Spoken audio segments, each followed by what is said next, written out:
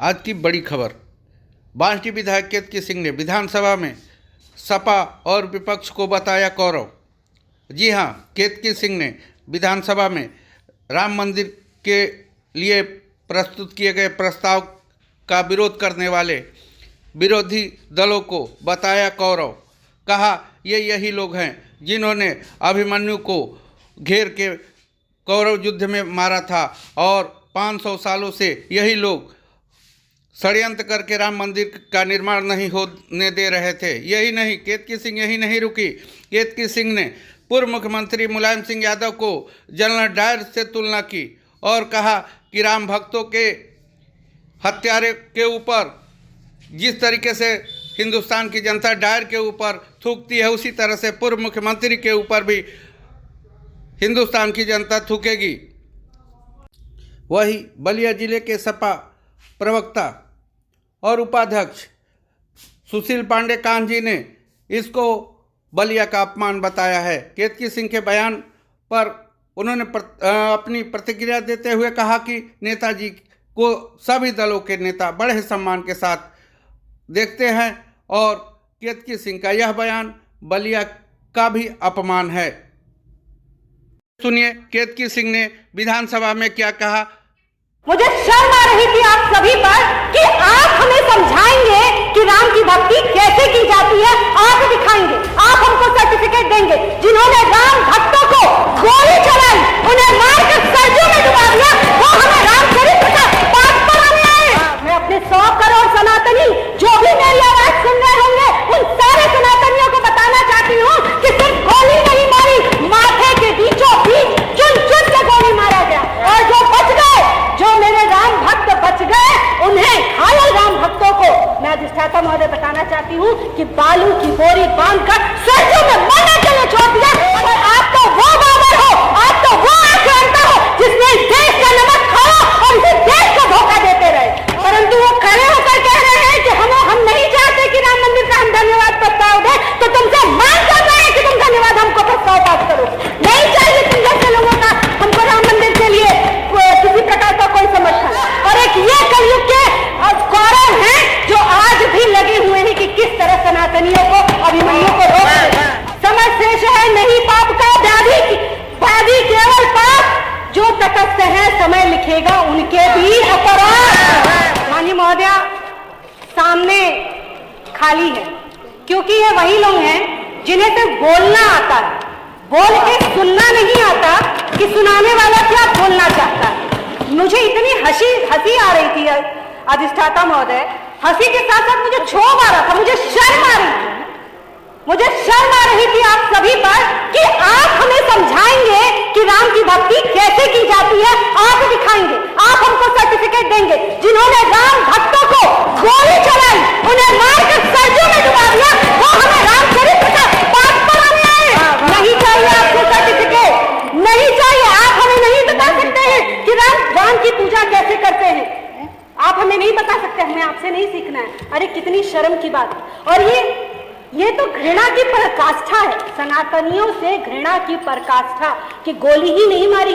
अधिष्ठाता महोदय, मैं अपने 100 करोड़ सनातनी जो भी मेरी आवाज सुन रहे होंगे, उन सारे सनातनियों को बताना चाहती हूँ कि सिर्फ गोली नहीं मारी, माथे के बीचों बीच चुन चुन के गोली मारा गया। और जो बच गए, जो मेरे राम भक्त बच गए, उन्हें घायल राम भक्तों को मैं अधिष्ठाता महोदय बताना चाहती हूँ कि बालू की बोरी बांधकर सरजू में मरने के लिए छोड़ दिया। और क्या हमें बताएंगे कि राम की भक्ति कैसे होगी? अरे आप तो वो तो बाबर था जो बाहर से आया और उसने हम पर आक्रमण किया और हमारी संस्कृति लूट ली। पर आप तो वो बाबर हो, आप तो वो आक्रांता हो जिसने इस देश का नमक खाया और इस देश को धोखा देते रहे। और यही नहीं रुके।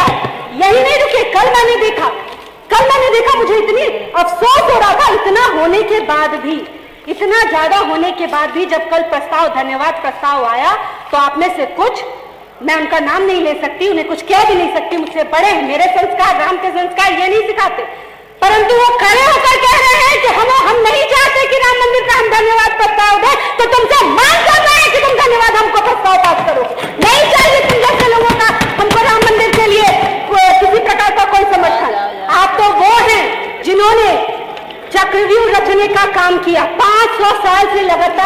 चक्रव्यूह रचा कि किस तरह सनातनियों के आराध्य रामदेव का मंदिर ना बन पाए। आप वो हैं, एक वो अभिमन्यु था अधिष्ठाता महोदय जिसे बुझदिल काले डरपोक कौरवों ने अभिमन्यु को मारा था, और एक ये कलयुग के कौरव हैं जो आज भी लगे हुए हैं कि किस तरह सनातनियों को अभिमन्यु को रोक। और मैं बता देना चाहती हूँ, मैं आपसे कह देना चाहती हूँ कि समर शेष है, समर शेष है नहीं पाप का व्याधि केवल पाप, जो तटस्थ है समय लिखेगा उनके भी अपराध लिखे जाएंगे आपके, पुण्य जिन्हें करना था।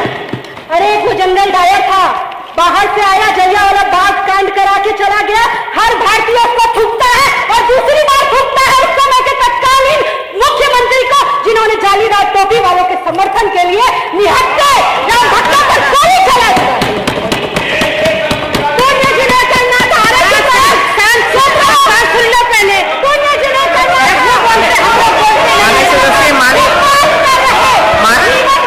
मेरा आप बैठिए, आप बैठिए, आप बैठिए, माननीय प्रधान जी आप बैठिए, कोई बात नहीं, वो देख लिया जाएगा। किसी पर निजी टीका टिप्पणी ना करी जाए, निजी टीका टिप्पणी नहीं होगी। आप बैठिए, आप बैठिए, आप बैठिए, आप बैठिए, कोई निजी टीका टिप्पणी नहीं होगी। आप बैठिए माननीय सदस्य, आप बैठिए प्रधान जी, माननीय प्रधान जी आप बैठिए, आप बैठिए माननीय प्रधान जी, माननीय प्रधान जी बैठिए, बैठिए आप बैठिए, वो बोल रहे हैं, आप बैठिए,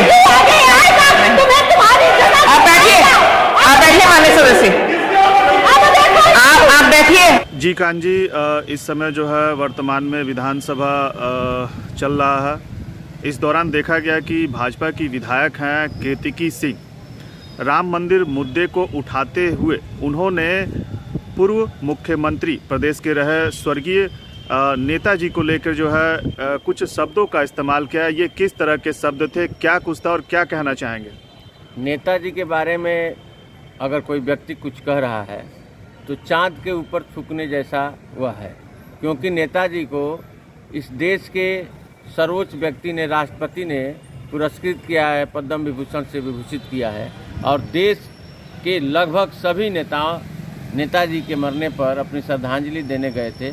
नेताजी ऐसे लोगों के कुछ बोलने से नेताजी के ऊपर कोई दाग लगने वाली नहीं है, लेकिन ऐसे लोगों की मानसिकता जरूर पता चल जाती है कि उनके संस्कार क्या हैं, उनके स्वभाव क्या हैं। और ये तो बलिया जैसे लोग, जहाँ बिल्कुल राजनीतिक ये बलिया की भूमि है, बलिया की राजनीति में इस भाषा का कोई स्थान नहीं है। बलिया का भी अपमान हुआ है कि बलिया का कोई विधायक उत्तर प्रदेश के सदन में जा कर के इस तरह का छोटे शब्दों का प्रयोग करे, यह बलिया का भी अपमान है। मैं इसकी निंदा करता हूँ।